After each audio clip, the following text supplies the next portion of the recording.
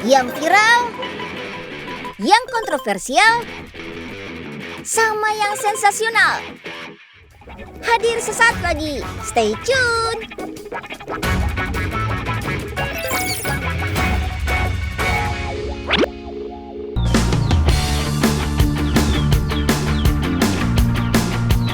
Unyil punya percobaan nih, mencampur kapur gamping dengan air.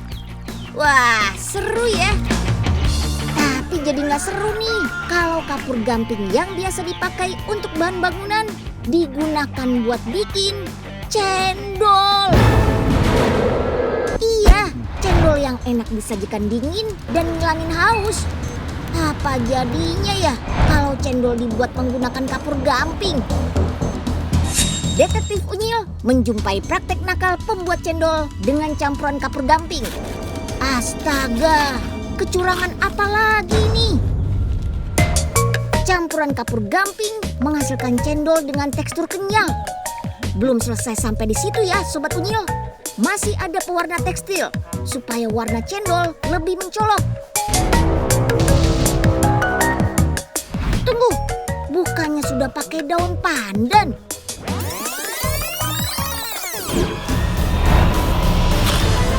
Jawabannya, daun pandan hanya digunakan sebagai pembangkit aroma.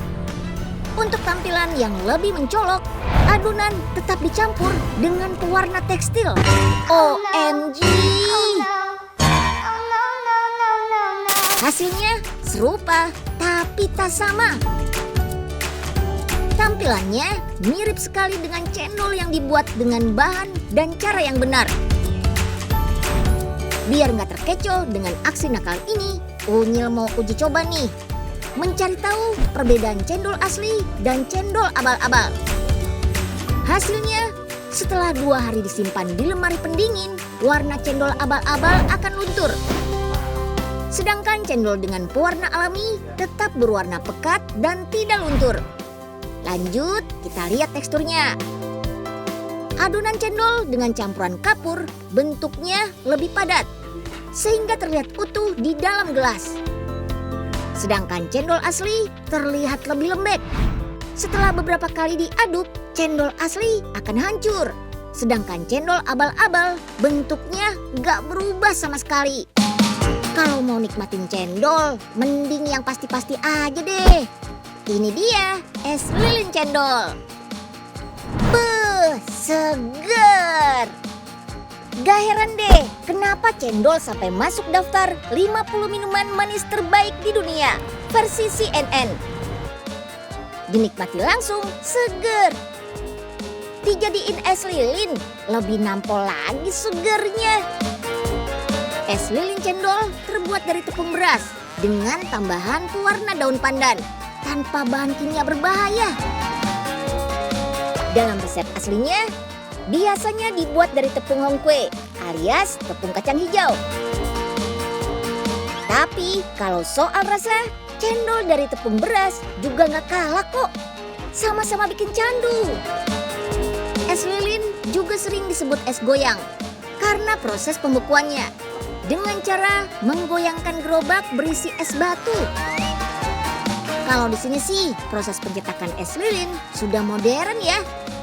Pembekuannya menggunakan cetakan rendaman air garam pada suhu minus 40 derajat Celcius. Brrr, dingin banget tuh. Cukup 5 menit saja, es lilin langsung beku. Es lilin langsung dikemas dan disimpan dalam ruangan pembeku agar kualitasnya tetap terjaga.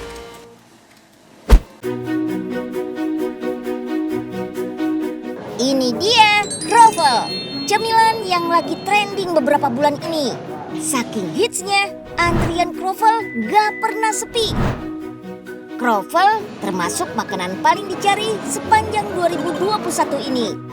Jadi, Croffle ini sebetulnya apa sih? Sesuai namanya, Croffle adalah croissant dalam bentuk waffle.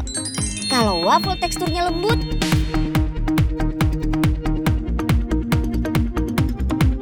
Croffle bertekstur renyah. Kedengeran nggak suara kriuknya? Di Jakarta, kroffel baru trending tahun 2021. Tapi aslinya, kroffel sudah tercipta sejak 2017. Viralnya sih memang di Korea. Tapi sebetulnya kroffel diciptakan oleh pastry chef di Dublin, Irlandia tahun 2017. Wah, kok bisa sih kroffel happening banget di Korea? Toko pastry inilah yang pertama kali memperkenalkan kroffel di Jakarta. Kroffel memang baru happening sepanjang tahun 2021 ini. Tapi toko pastry ini sudah menyajikan kroffel sejak Agustus tahun lalu. Yap, di masa pandemi ini memang harus pintar-pintar baca peluang. Terbuktikan kroffel beneran jadi trending. Sebagai pionir, gak heran kalau toko pastry ini banyak dicari. Kroffel original benar-benar cuma adonan croissant dibalut gula, lalu dimasak dengan cetakan waffle. Sesimpel itu. Saking simpelnya, ada netizen yang bilang kroffel adalah croissant penyet. Namanya penggemar kuliner Indonesia. Mana puas sama yang original. Harus dikreasikan lagi biar makin cakep buat diposting di sosmed. Sejauh ini selain plain atau kita sebutnya original, kita juga ada beberapa inovasi seperti cinnamon, martabak, klepon, dan red velvet untuk si kroffel ini. Tapi untuk saat ini mungkin lebih banyak customer yang memilih untuk memesan kroffel dengan rasa original atau rasa cinnamon. Cukup sampai di situ? Ya belum lah. Kroffel makin menarik dengan perpaduan beragam topping dan saus olesan. Ada yang manis, ada yang gurih. Yang jadi andalan di sini, kroffel dengan rasa srikaya. Wah, bikinnya sih cuma sekitar 5 menit. Tapi sekali datang, customer bisa beli kroffel dalam jumlah banyak. Berbeda dengan roti biasa yang ready to serve, kroffel hanya dibuat kalau ada pesanan. Jadi, kroffel selalu tersaji hangat, tetap fresh, dan gak berubah rasa. Pantas saja ya banyak yang rela antri. Tapi namanya makanan viral, pasti ada umurnya dong. Kayak Dalgona Coffee dan Odading yang pernah trending tahun 2020 lalu. Lagi-lagi kuncinya inovasi. Harus pintar baca peluang biar bisa dapat cuan. Makanan apa lagi ya yang bisa diwaffelin? Kreasi terbaru ada yang namanya Doffel, donat waffle. Sesuai namanya, adonan donat yang dibentuk seperti waffle. Meski bentuknya waffle, masih kelihatan ciri khas donat yang tengahnya bolong. Teksturnya padat, tapi tetap lembut. Seperti kroffel, Doffel juga menggunakan beberapa macam topping. Nah, kira-kira Sobat Unyil tim yang mana nih? Kroffel atau Doffel? Atau Sobat Unyil mau bikin kreasi baru? Nasi Padang waffle mungkin?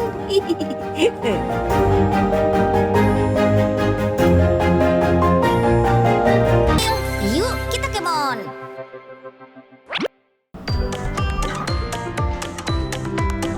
Wih, koleksi bootsnya Mbak Bule banyak banget nih. My legend. Mau kemana Mbak Bule? Rapi banget nih dandanannya. Mau ke di sini. Ya ampun, ternyata di kebun tuh. Kayak mau nge-mall aja. Iya dong Nil, kalau Mbak Bulenya cantik, pasti alamnya Mbak Bule di sini jadi kelihatan cantik. Beuh, Unyil setuju banget nih Mbak Bule. Indri Metzers alias Indri Septinawati, mantan model dan sosialita blasteran Belanda Betawi ini memang lebih akrab disapa Mbak Bule. Jargonnya aja petani bule tuh. Sudah aktif jadi petani sekitar 8 tahun yang lalu. Belajarnya otodidak loh. Tapi kok bisa ya dari sosialita malah banting setir jadi petani? Awalnya Mbak Bule tuh divonis 7 tahun yang lalu, bahkan mungkin 8 tahun yang lalu deh kalau Mbak Bule nggak lupa ya. Itu kekurangan vitamin D hingga akhirnya Mbak Bule memutuskan menjadi seorang petani. petani yang hampir setiap hari sekarang ini kena matahari dan jadi sehat. Sejak saat itulah Mbak Bule mulai menghijaukan lahan seluas 2,5 hektar ini.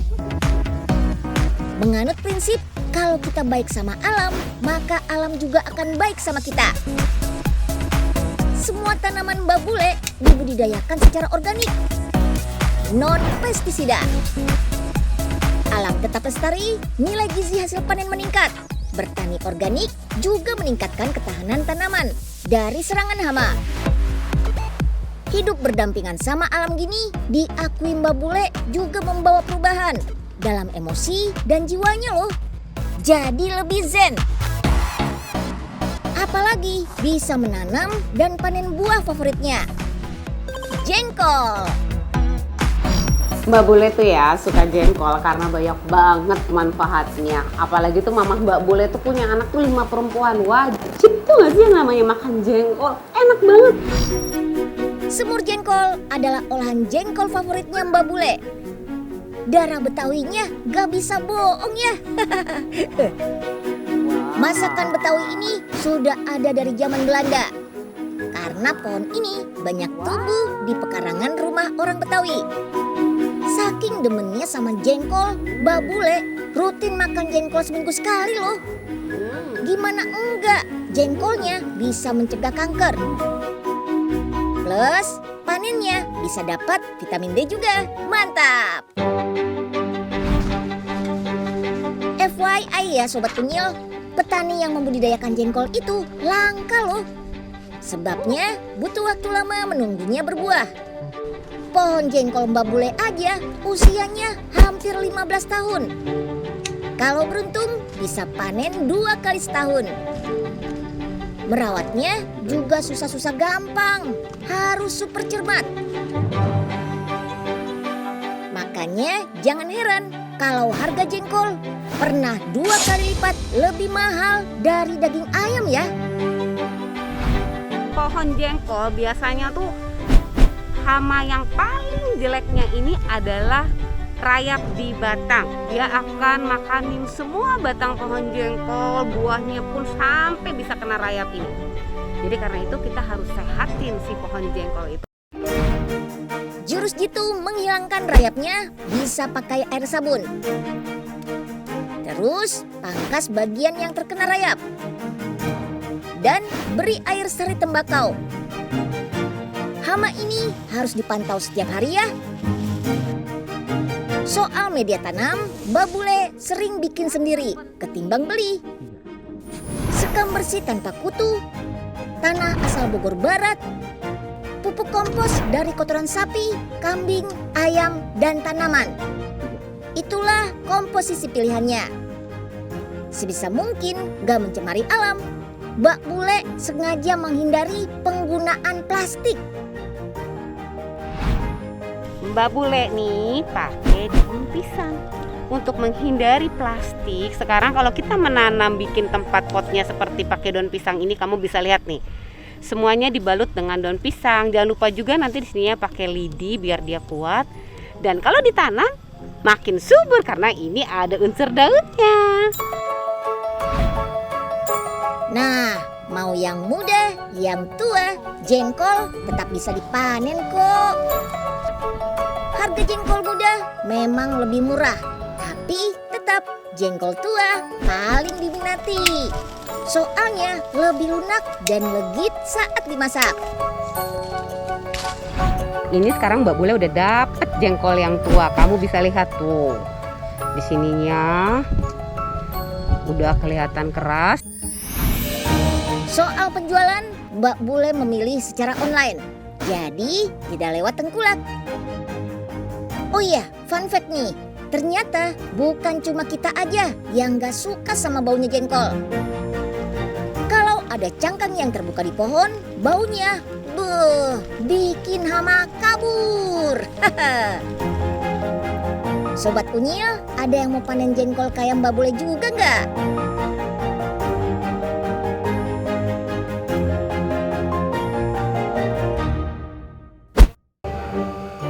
Daging gampang kepotong, cuma modal pisau plastik.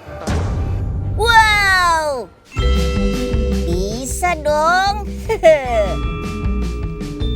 Ini berkat teknik aging atau pelayuan daging. Prinsip sederhananya sih sama seperti pemeraman buah. Daging-daging ini berasal dari dalam negeri loh. Kualitas tekstur dan jusinya nggak kalah dengan daging impor di restoran mewah.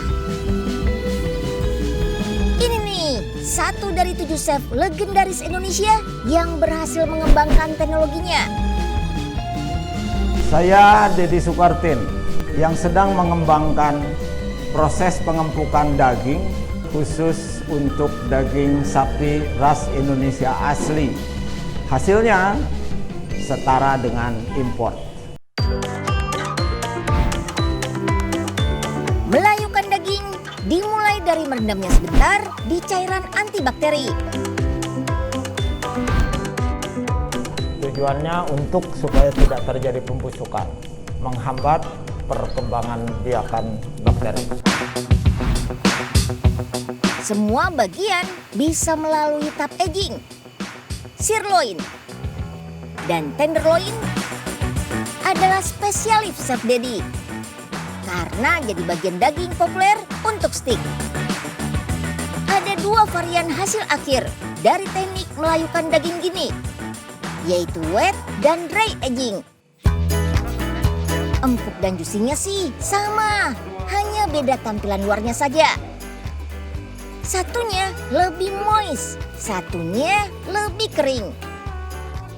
Ini karena perlakuan pelayuannya juga beda. Wet aged meat mesti dibungkus dengan plastik kedap udara sebelum dimasukkan ke sealer. Jadi daging dibiarkan tetap lembab.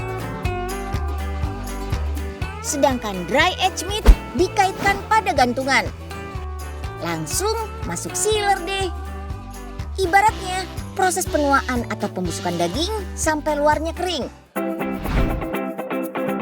Dalam waktu 7-21 hari, teknik aging akan menghasilkan bercak hitam di permukaan daging. Enzim yang dihasilkan akan mengubah rasa dan tekstur daging.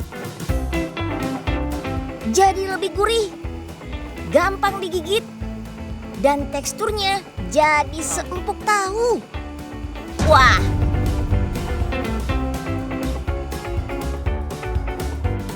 Sobat Unyil, sebenarnya orang Indonesia sudah lama loh akrab sama teknik mengempukkan daging kayak gini. Biasanya pakai bahan-bahan alami yang kandungan enzimnya bisa bantu melunakkan daging. Seperti daun pepaya sama nanas. Wah, ternyata meski sama-sama empuk, kualitasnya belum tentu setara ya. Nah, sekarang waktunya moment of the truth nih. Emang daging dengan teknik aging beneran seempuk dan selembut itu nggak sih? Daging mentah dengan teknik aging terbukti lebih gampang sobek waktu ditarik. Dipotong pakai pisau plastik juga nggak masalah. Wah, top deh. Coba kita masak dengan teknik kematangan medium well. Terbukti waktu marinasinya gak perlu lama-lama karena bumbu cepat menyerap. Dan cukup 1 menit saja sudah matang nih.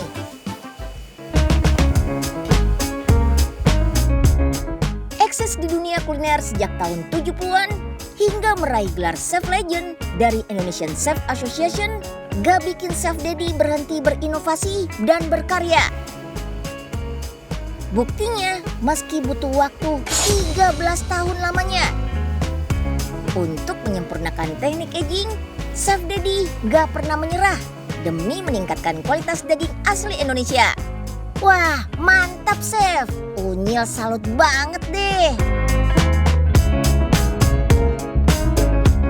Unyil, yuk kita kemon.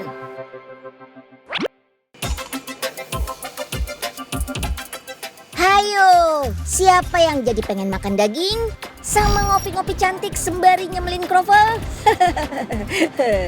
Urusan makanan dan minuman enak, orang Indonesia itu memang kreatif-kreatif banget ya Sobat Unyil.